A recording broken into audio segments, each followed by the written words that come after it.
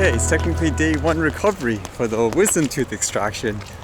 No hard, solid foods or anything like that, and they say you should try to actually talk as less as possible, I guess, to reduce any strain around the jaw area. Although, just to put it out there, I actually don't really feel anything from the whole surgery. If anything, the pain actually went away, the one that I was actually feeling, but some of you said you didn't feel it until a few days later, so I'll be cautious. So I guess today I'll try to make it quick in terms of what I read and stuff like that. And for the quick question, people are wondering how long did it take for that numbness and stuff to go away. Honestly, it felt like it started to go away in about 20 to 40 minutes. In about an hour or so, it was completely gone. I don't know, is that a crazy time or is that pretty normal? Okay, and what did I read today? I guess this is the biggest one. We saw this coming in terms of all that news about in the US banning Chinese-made drones for government-related work. Well, this one says, US adds Chinese drone company DJI to economic blacklist. China's SC DJI Technology Co., the world's largest drone maker, on Friday was added to the US government's economic blacklist along with dozens of other Chinese companies. So you can apparently see in this official report here, it says Department of Commerce, Bureau of Industry and Security, 15 CFR Part 744. And as I said here, the action, final rule. In this rule, the Bureau of Industry and Security amends the Export Administration regulations by adding 77 entities under a total of 78 entries to the entry list. These 77 entities have been determined by the US government to be acting contrary to national security or foreign policy interests of the United States. These entities will be listed on the entity list under the designation of the People's Republic of China, Bulgaria, France, Germany, Hong Kong, Italy, etc., etc. This rule also revises one existing entry on the entity list under the designation of China and one under the designation of Pakistan. So under the column China here, you can see all these companies, and there is one here that says DJI. They even make it clear, DJI, aka the following 4 aliases: Shenzhen DJI Innovation Technology, all items subject to EAR. So that's crazy. What does this ultimately mean for the company, huh? In terms of the North American market. I even mentioned this when they announced that Mavic 2 Enterprise Advanced. This might be the biggest, I guess you could say, decision maker for people when they're thinking of buying a drone for, say, commercial or government use. Do you want to be able to do jobs where they will say Chinese made drones like this won't be valid, so you'll have to buy like an American made drone? It'll be interesting to see how they actually tackle this, if at all. So while that might spell doom for government use, I'm not really sure at the moment what that means for, say, a recreational person. Because it could be kind of like the situation now where recreational, there isn't that type of stringent law on it. It's more for super government security work and all that. So who knows? Does this actually discourage regular consumers from purchasing a Chinese-made drone, so to speak? Or will you continue to use whatever gives you the best quality and value for your money? Because not all of us have the ability to spend like what, $20,000 or $50,000 on some drone, correct? And again, I find it kind of ironic because DJI has all that geofence and stuff like that that can make it such a hassle where even though you have all the permission and stuff, which I would assume is a way to say, hey, we're responsible, so trust us the most, which in this case, again, ironically, it seems like they're the ones that the government trusts less in terms of using their drone products and all that.